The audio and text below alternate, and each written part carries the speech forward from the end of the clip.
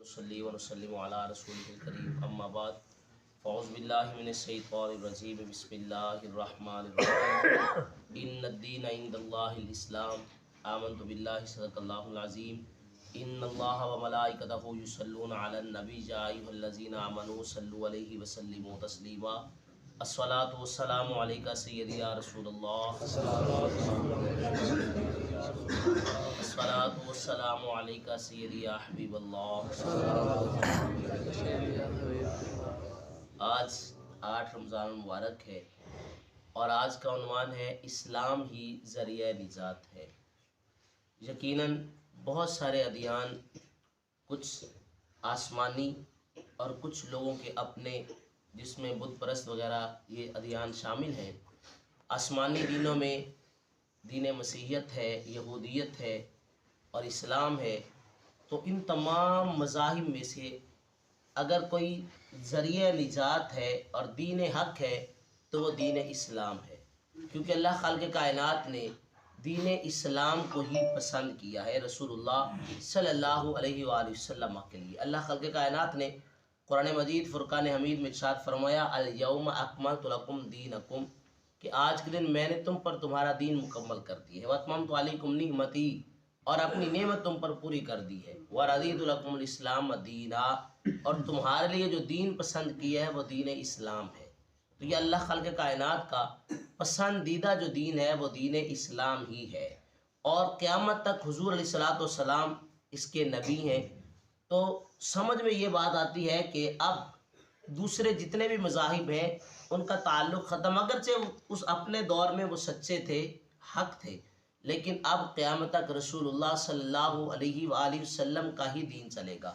رسول اللہ صلی اللہ علیہ وآلہ وسلم کے علاوہ کسی بھی دین کا کوئی بھی پیروکار جو ہے وہ حق پر نہیں ہے، اور نہ ہی اس کا اسلام، وہ اپنے دین کا کلمہ پڑھنا یہ اللہ خالق کائنات کی بارگاہ میں قبول ہوگا۔ یہاں پہ جو ہے نا وہ تھوڑا سا وضاحت بھی کر دوں، اکثر جو ہے نا کچھ بندوں کی یہ سوچ وہ یہ ہے کہ کوئی ایسا بندہ جس نے دین اسلام کا کلمہ تو نہ پڑھا ہو، دین اسلام کو قبول تو نہ کیا ہو، لیکن اس کے عمل اچھے ہوں، یا پھر اس نے رسول اللہ صلی اللہ علیہ وآلہ وسلم کی کچھ تعریف کی ہو، تو کچھ لوگوں کا یہ خیال کہ وہ اس نے بڑا اچھا کام کیا ہے اب وہ جنتی ہے۔ یاد رکھیے گا اس کی جتنی بھی نیکیاں ہیں، کتنے غیر مسلم ہیں جو صدقہ و خیرات بہت زیادہ کر رہے ہیں، لیکن یہ دنیا میں ہی انہیں فائدہ دیں گے، آخرت میں ان کے لیے کچھ نہیں ہے، کیونکہ آخرت کے جو حصہ ہے اس کے لیے ضروری ہے کلمہ پڑھا جائے۔ اب یہاں پہ بڑے سارے وہ کچھ لوگوں کے یہ نظریات وہ یہ والے بن جاتے ہیں، جی کلمہ پڑھ کے بھی تو ہم بے ایمانی کرتے ہیں، کلمہ پڑھ کے بھی تو ہم نے کون سا کوئی سیدھا کام کیا، تو یہ دیکھیں کلمے کا قصور نہیں ہے، یہ ہمارا اپنا قصور ہے۔ کلمے نے تو ہمیں نہیں کہا نا۔ اب ایک بندہ نماز پڑھتا ہے وہ شراب بھی پیتا ہے، ایک بندہ نماز پڑھتا ہے وہ چوری بھی کرتا ہے، وہ غیبت بھی کرتا ہے، وہ کم بھی تولتا ہے، بے ایمانی بھی کرتا ہے، تو اب اس میں نماز کا تو قصور نہیں ہے نا۔ نماز نماز کا مقام تو یہ تھا کہ ان الصلاۃ تنہی عن الفحشاء والمنکر، نماز بے حیائی اور برائی کے کاموں سے روکتی ہے۔ اب اگر ایک بندہ نماز سے بے حیائی کے کاموں سے رکا نہیں ہے، برے کاموں سے رکا نہیں ہے، تو اس میں نماز کا قصور نہیں ہے، یہ اس کا اپنا قصور ہے کہ اس نے نماز کو نماز سمجھ کے پڑھا ہی نہیں ہے۔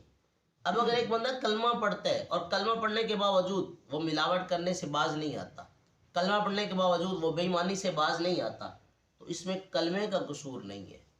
اب اگر ایک غیر مسلم اس نے کلمہ نہیں پڑھا لیکن وہ بے ایمانی نہیں کرتا، وہ ملاوٹ نہیں کرتا، وہ دھوکہ نہیں دیتا، تو یہ اس کا ذاتی عمل ہے، دنیا میں اس کو اس کا اجر ضرور ملے گا، لیکن آخرت کے لیے کامیابی جو ہے وہ یہی ہے کہ لا الہ الا اللہ محمد رسول اللہ، یہ ضامن ہے اس بات کا کہ اس نے گواہی دی ہے، اس نے اللہ خالق کائنات کو ایک مانا ہے۔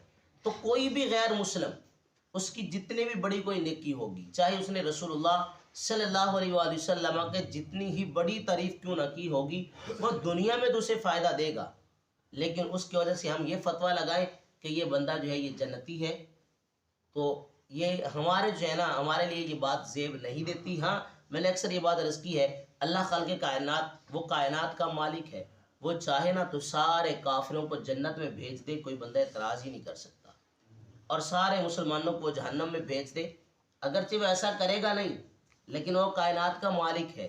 لیکن ہمیں حق نہیں ہے کہ جو حدیث مبارکہ ہے اور قرآن کے الفاظ واضح ہیں کہ جس بندے نے کلمہ نہیں پڑھا وہ اسلام میں ہی نہیں ہے. جب اسلام میں نہیں ہے تو ظاہر سی بات ہے کہ ہم یہ فتویٰ لگائیں کہ اب یہ بندہ جنتی ہو گیا، یہ فلاں ہو گیا، یہ فلاں ہو گیا، یہ ہمیں حق نہیں پہنچتا. اللہ خالق کائنات بہتر جانتا ہے کہ کس کا کیا مقام ہے. اور رہ گئی بات جنت اور دوزخ کی، تو یہ ہمیں اختیار ہی نہیں ہے کہ ہم کسی کو جنتی بنائیں اور کسی کو دوزخی. ابھی یہ میں نے شاید پہلے بھی عرض کی ہو، 3-4 دن ہو گئے یہاں پہ وہ پولیس نے ایک ڈاکو کو مارا، وہ جس نے لڑکی کو قتل کیا تھا. تو مجھے ایک بندے نے فون کیا، کہنے لگا کہ وہ جنتی ہے یا جہنمی. تو مجھے بتائیں ہمیں کیا ضرورت پڑی یہ فیصلے کرنے کی؟ کچھ ہے ضرورت ہمیں کون جنتی ہے کون جہنمی ہے؟ اللہ خالق کائنات بہتر جانتا ہے. وہ تھا تو مسلمان، اب وہ واقعتاً مجرم تھا یا نہیں یہ بھی اللہ بہتر جانتا ہے. اور رہ گئی بات اگر کسی بندے کو اگر اس نے واقعتاً قتل کیا تھا تو یہ دین اسلام کا ایک ضابطہ ہے کہ جب کسی کو اس کے جرم کی سزا مل جائے دنیا میں تو اللہ خالق کائنات اس کو معاف کر دیتا ہے.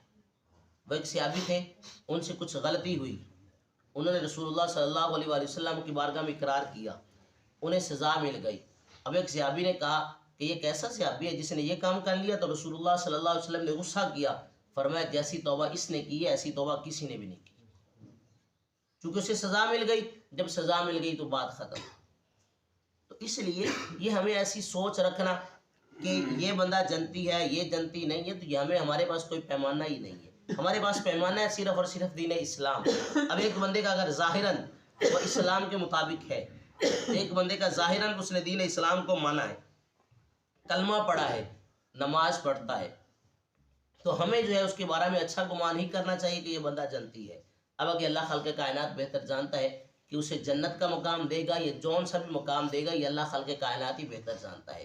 تو کامیابی جو ہے وہ صرف اور صرف دین اسلام میں ہی ہے، کیونکہ اللہ خالق کائنات نے فرمایا کہ ان الدین عند اللہ الاسلام، جو اصل دین ہے وہ دین اسلام ہی ہے. اور اسی میں ہی اور دین القیم ملت ابراہیم حنیفہ، یہ ابراہیم جو ہے نا ملت ابراہیم علیہ السلام ہے، دین حنیف ہے اور یہ سیدھا دین ہے. تو جب اس کے اوپر بندہ چلنا شروع کر دیتا ہے تو پھر اللہ خالق کائنات دنیا میں بھی کامیابی جو ہے نا وہ انسان کے نصیب میں کر دیتا ہے اور آخرت کی کامیابی بھی بندے کے نصیب میں کر دیتا ہے. لیکن اگر دین اسلام کا نام تو استعمال کرتا ہے بندہ، لیکن اس کا کردار، اس کا افکار، اس کے جو ہے نا وہ رہن سہن وہ اسلام کے مطابق نہیں ہے، اسلام کی مخالفت میں ہے، تو پھر اس نے دین اسلام کا جو ہے وہ لیبل تو استعمال کیا ہے، نام تو استعمال کیا ہے، لیکن وہ دین اسلام کو سمجھ نہیں سکا کہ دین اسلام اصل میں تھا کیا. جب دین اسلام ہماری زندگی میں آ جائے کہ ہم اپنی زندگی کو بالکل اسلامی قوانین کے مطابق گزارنے لگے تو پھر کوئی بندہ جو ہے نا وہ کبھی ملاوٹ نہیں کرے گا، پھر کوئی بندہ جو ہے نا وہ کبھی بے ایمانی نہیں کرے گا، کبھی دھوکہ نہیں دے گا. کیوں؟ اس کے ذہن میں یہ ہوگا کہ میں مسلمان ہوں اور میرا اسلام مجھے ان تمام باتوں سے منع کرتا ہے. اسلام یہ کہتا ہے کہ ہر چیز جو ہے نا وہ صحیح طریقے کے ساتھ، حتیٰ کہ پیمانہ جو ہے وہ بھی پورا اور لوگوں کے ساتھ معاملات بھی اپنے جو ہیں وہ درست رکھو. جب انسان اپنی زندگی میں دین اسلام کو لانے کی کوشش کرے گا تو پھر حقیقی معنوں میں بندہ مسلمان بن جائے گا، پھر اس سے غیر مسلم بھی جو ہیں وہ متاثر ہوں گے. اور اگر یہ اپنی زندگی میں اسلام نہیں لا سکا، خود ہی اسلام پہ عمل نہیں کیا، تو پھر اس سے کس غیر مسلم نے متاثر ہونا ہے؟ یہ ناممکن سی بات ہے. اللہ خالق کائنات کی بارگاہ میں دعا ہے کہ اللہ خالق کائنات ہماری حاضری کو اپنی بارگاہ میں قبول فرمائے. آمین. وآخر دعوانا الحمد.